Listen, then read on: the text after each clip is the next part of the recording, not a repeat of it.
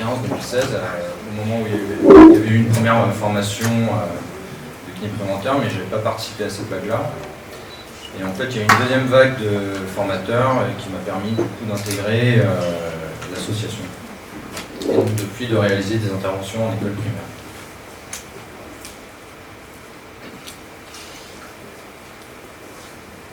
Alors du coup, M-Tondo s'inscrit dans un cadre de prévention primaire. Donc, notre but c'est d'agir avant que la pathologie apparaisse.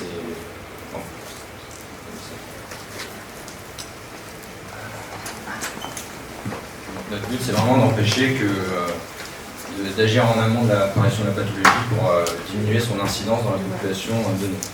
Donc du coup, M. Wagner nous a beaucoup parlé des entreprises, mais c'est vrai qu'avant d'être des adultes, on est tous des enfants, et du coup intervenir auprès de l'enfant, c'est quand même un travail préparatoire pour la suite. Les enfants d'aujourd'hui sont les adultes de demain, donc plus on va mettre en place tôt une éducation thérapeutique vers un public jeune, plus notre message aura de chances d'être porté. Donc du coup, ce qui nous conduit au niveau de la politique de santé, de mener des actions en milieu scolaire et d'éduquer les plus jeunes. Donc ce qu'on a pu constater, c'est qu'en une cinquantaine d'années, la taille des enfants a augmenté. Et en plus, quand on arrive sur une classe de 6e, on a une amplitude une différence d'amplitude d'un élève à un autre d'une trentaine de centimètres. Et pourtant, le mobilier, les chaises, ça fait toujours la même taille, quel que soit le gabarit de l'enfant. Et le troisième point, c'est le nombre d'heures qu'on passe en position assise. Donc 959 heures. Et donc sur une scolarité, les études elles ont montré qu'on passe à peu près 15 000 heures assises. Donc c'est pas non plus... c'est une position qu'on utilise régulièrement. Le deuxième constat qu'on a pu faire, c'est que 20 à 43% des enfants souffrent déjà de rachidalgie. Donc nous on intervient sur les CM1, CM2. Et déjà quand on demande à main levée en classe, il y a souvent déjà les 2 tiers des enfants entre 9 et 10 ans qui ont déjà eu mal au dos, que ce soit au niveau cervical, lombaire ou thoracique.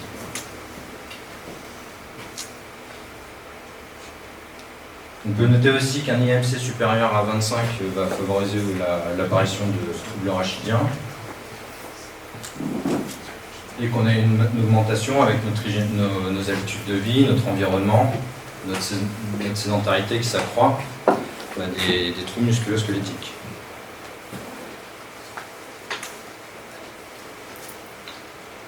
Arrivé en 3e, on a déjà en fait 4 élèves sur 10, donc 40% qui présentent des altérations discales. C'est-à-dire à 13 ans, en fait, il y a déjà des enfants qui ont leur anatomie qui présente des lésions.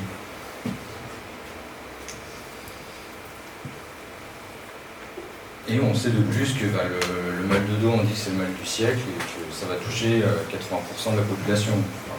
On le voit tous dans nos cabinets.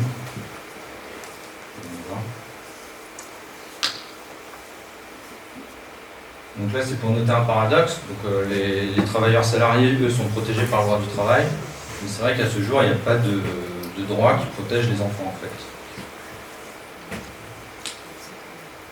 Et on note également que 85% des enfants ont un cartable qui pèse plus de 10% du poids du corps. Donc, à savoir, en 97, on était à peu près à 6,5 kg. En 2007, on est arrivé à 8,5 kg. Ça a encore augmenté depuis, je ne sais pas si avec l'arrivée du numérique dans les collèges, les lycées, je ne suis pas sûr qu'on aille non plus vers une diminution du poids.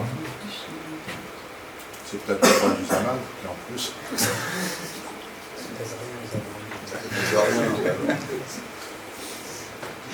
On voit, c'est du vécu.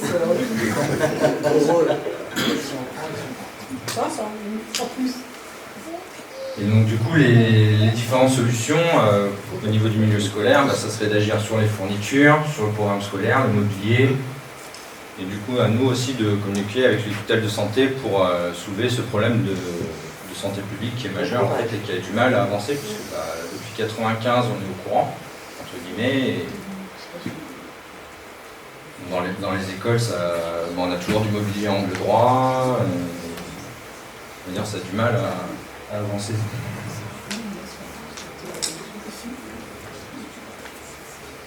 Donc du coup ce qu'il faut c'est intervenir au bon endroit, dans les écoles, au bon moment. Donc là on a choisi la tranche d'âge 9-10 ans parce qu'en fait c'est avant le passage au collège où le rythme de l'enfant va complètement changer. Quand il est en primaire, il arrive le matin avec son sac, il repart avec le soir, alors qu'au collège il va se retrouver à le trimballer de pièce en pièce à chaque heure. Donc vraiment commencer à leur donner les outils à ce moment-là pour qu'ils prennent conscience et deviennent acteurs de leur santé.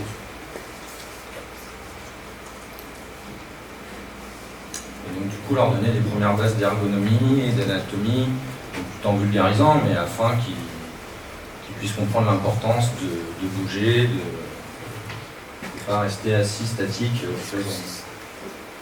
Excusez-moi, vous pouvez juste revenir avant le pôle régional d'éducation, oui. Et le pôle ergonomique régional d'éducation. Je ne connais pas ça.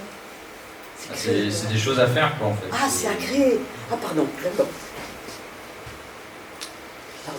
Alors, en 2014, du coup, entre l'ARS de l'océan Indien et le rectorat, il y a une convention qui a été signée.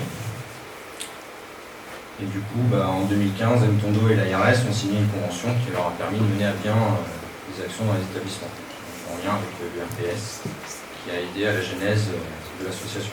Et qu'est-ce qu'on dit à l'URPS? Merci. Voilà.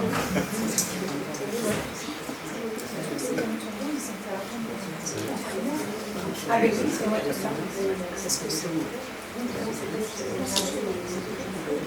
Donc, du coup, pour agir en prévention, pourquoi, comment?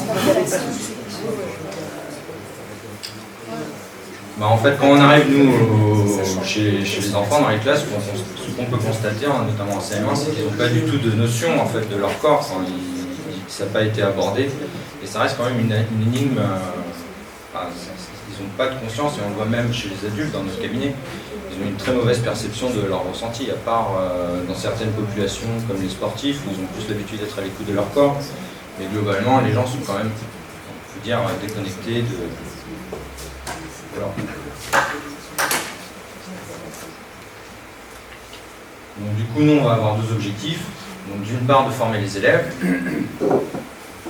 et dans un deuxième temps, enfin dans le même temps, en fait, il faut aussi former l'enseignant pour qu'il puisse adhérer au message qu'on va porter dans l'école, afin qu'il se fasse le relais et que le message puisse perdurer au cours de l'année, qu'il devienne lui-même acteur de prévention pour ses élèves. Parce que nous, on intervient une fois, et il ne faut pas se leurrer, c'est pas en venant juste une fois dans l'année qu'on va complètement changer les choses. Donc c'est vraiment important de créer ce lien avec l'enseignant pour qu'il puisse se faire le relais du message. Donc qui sommes-nous? Donc, comme on a vu tout à l'heure, il y a eu une première formation en 2014. Dans le même temps, il y avait la convention qui a été signée. Et du coup, la création de Mtondo Réunion, on va dire succursale de la métropole. Parce qu'à la base, c'est l'association Grandir en France, qui regroupe différents experts dans différents domaines, qui a amené à la création de Mtondo en métropole. Donc, Grandir en France s'appuie sur les travaux du GIL, donc le groupe interdisciplinaire de lutte contre les lombalgies, qui ont mené à bien diverses études pour étayer en fait notre argumentaire qui justifie nos interventions dans ce domaine-là. Donc on peut voir en même temps qu'il y a des associations de parents d'élèves qui ont adhéré également au programme, ainsi que la SNMKR.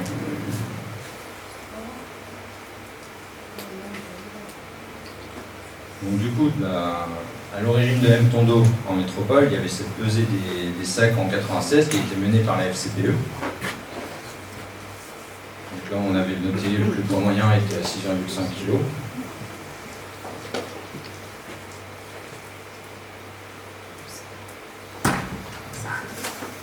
Je vais vous montrer un peu ce que le GIL avait pu produire.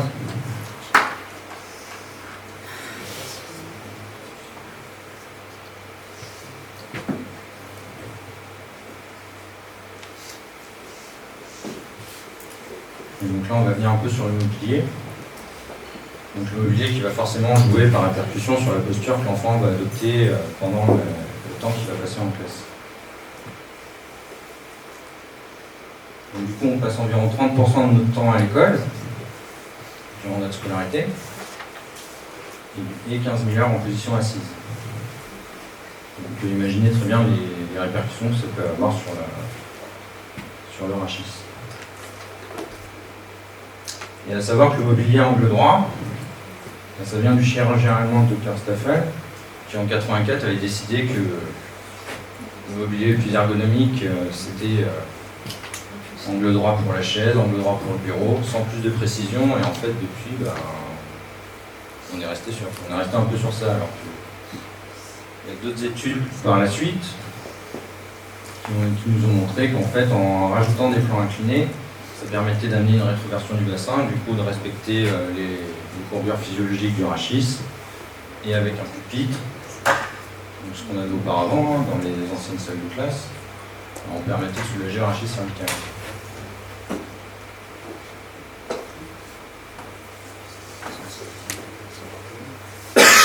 Donc on parle beaucoup d'éducation posturale. Donc c'est vrai que quand on parle de posture, on peut avoir une connotation de statique. Et du coup, on va parler également de posture dynamique. C'est les concepts qui ont émergé dans les mêmes temps. Parce que forcément, l'enfant il ne va pas être toute la journée exactement dans la même position. Il va bouger, et du coup, nous, ça va être à nous de lui donner les outils pour qu'il puisse, tout en restant assis, préserver sa santé rachidienne.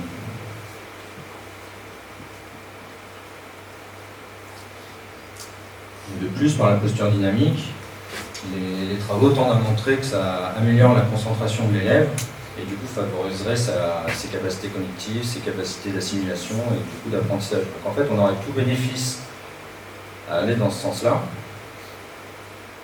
On va dire que ça a du mal à se démocratiser.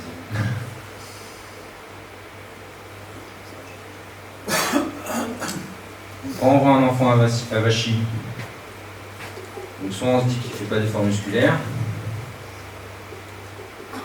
qui s'ennuie en cours, qui n'est pas intéressé, soit on peut considérer que c'est son environnement en fait qui l'amène à se retrouver dans cette position avachie. Et on va dire le moyen, ce qu'on peut mettre en place en fait, c'est de modifier l'environnement.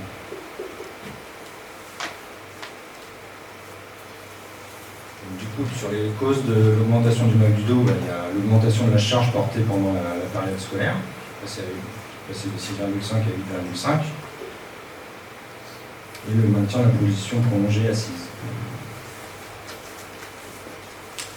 Et du coup, on arrive à un paradoxe, une disparité fonctionnelle entre la mauvaise position assise qui va amener une baisse du tonus musculaire, et par la suite, vous êtes assis pendant 3 heures, vous avachissez, puis d'un moment, hop, portez le sac, là, 10 kg, vous mettez un coup sur le rachis, alors que le rachis n'est pas du tout en éveil à ce moment-là.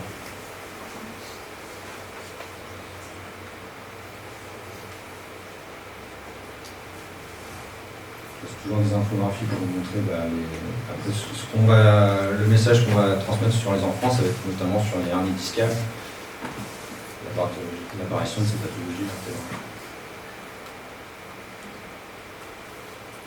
Donc là, c'est pour vous montrer les différents points d'articulation qui peuvent être mis en cause avec un port de sac non adapté.